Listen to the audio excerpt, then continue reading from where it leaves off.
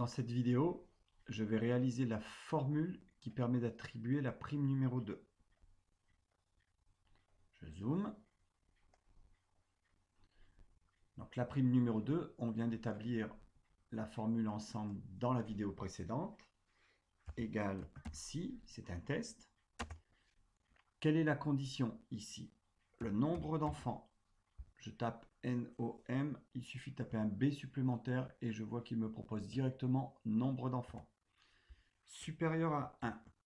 Si le nombre d'enfants est supérieur à 1, point virgule, je reprends nombre d'enfants. NOMB, il me le propose, je valide par entrée, multiplié par 50 puisque c'est 50 € par enfant. Point virgule, la valeur s'il faut, rien du tout, pas de prime, malheureusement, pour ceux qui ont 0 ou 1 enfant.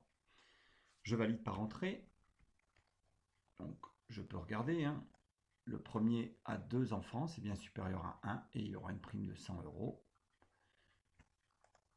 Il y a quelque chose à la gauche, je peux double-cliquer et alors même chose, j'en vérifie quelques-uns. 1 enfant c'est normal, 0 enfant c'est normal, 2 enfants et celui qui a 3 enfants, bien 150 €, tout est normal. Je n'ai plus qu'à créer la colonne supplémentaire, donc la formule de la colonne supplémentaire, le salaire à payer. Le salaire à payer, évidemment, prendra en compte à la fois le salaire fixe, la prime 1 et la prime 2. Donc, égal. Pour aller chercher le salaire fixe, SA, CTRL TAB, et il me propose salaire fixe.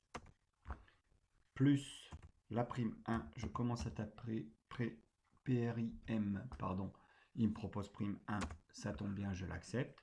Plus PRIM, là malheureusement, la prime 2, je vais aller chercher par CTRL TAB. Il me propose prime 2, j'accepte. Et je valide par entrée. Et double-clic pour recopier jusqu'en bas. J'en vérifie un ou deux.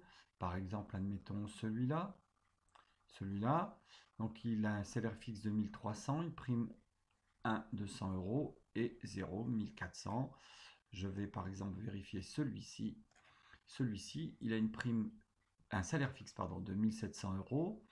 Une prime de 200 €, ça fait 1800 €, plus 342, ça fait bien 1800 plus 300, 2100, 2142,50. Il n'y a pas de souci. Ne pas hésiter toujours à vérifier une ou deux formules pour être sûr que l'on n'a pas fait d'erreur. Voilà, cette vidéo est terminée.